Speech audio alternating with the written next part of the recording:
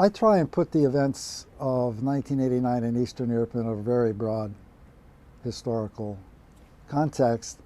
That includes my view that the French Revolution and the energy revolution, as I call it, occurred simultaneously roughly around 1800, plus or minus 50 years.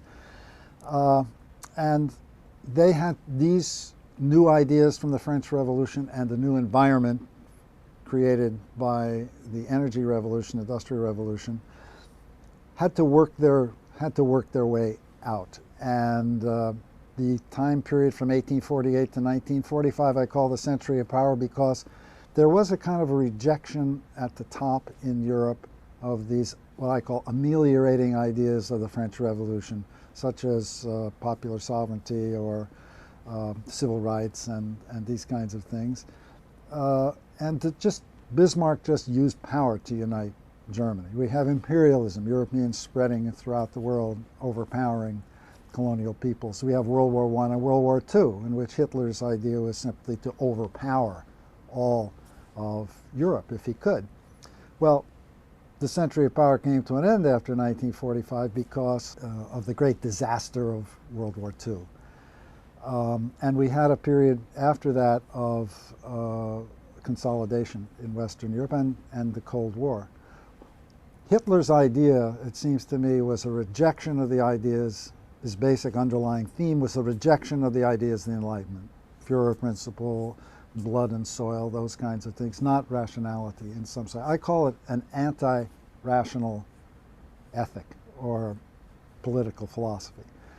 On the other side of the coin, very popular in the 20th century, I should say, and put into political effect are the ideas of Marx, which I see as part of a Western tradition of people taking human rationality or using human reason to adjust society to fix its problems. And Marx claimed to have a scientific view of how to do this. Eventually this was taken over by the Bolshevik Party, Leninism, and then eventually Stalinism. And the Marxists and the Stalinists, communists in the Soviet Union, believed that they understood history, they understood the laws of social development, and through their reason, which they translated to mean through the action of the party and eventually the single leader, were going to fix the world's problem, create a new Soviet man, that kind of thing. I call that hyper-rationalism. It wasn't really rational in the sense the economy was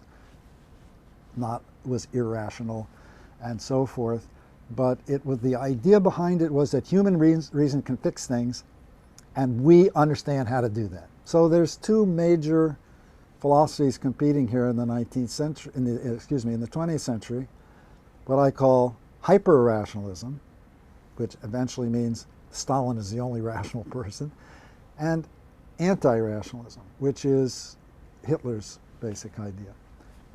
The great lesson of the 20th century is that they don't work. One of them ended up with the catastrophe of World War II in the end of the century of power. The other one collapsed 40, 50 years later.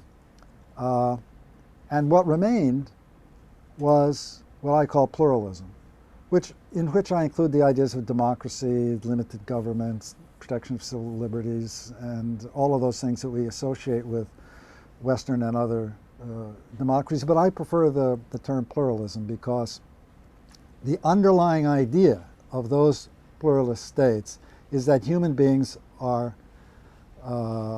contentious. If you accept that fact, well, you could repress, human beings from fighting. You could repress them. But the genius, I think, of the American Constitution and Revolution was that the Federalists decided, human beings are contentious, so let us design a political system in which they can be contentious and fight at each other, and no one element can come out on top. And we have that in the United States, separation of powers, and also federal-state difference and so forth. But each of the European countries has worked this out in their own way. There's a lot of different kinds of pluralist states. You can be socialist, You can be a nationalist government. You can have a managed economy or a free economy, whatever. It doesn't. All those are really details, but pluralist means that elements in society can compete for the spoils of society, if you like, or for power in a more or less open way. That was what was left. There were many people, certainly people who were fascists and people who were communists, strongly believed that they had a better way of organizing the world, either anti-rationally or rationally. They were proven wrong. They were proven that their points of view put into actual politics was faulty. Pluralism is not necessarily right, and it doesn't solve all problems. But at least the problems are on the surface, and they are being constantly dealt with. It's not a thing. It's not something that you achieve. Oh, this is one of my criticisms of transitionism, or whatever it was called, after 1989. There was a whole industry in the political and social science especially about transition, as if, okay, communism is over, now we will transition to another state, and someday we're going to reach that state. But pluralism doesn't work that way. Pluralism, as Jean Monnet said about the European community, is not a thing. It's a process.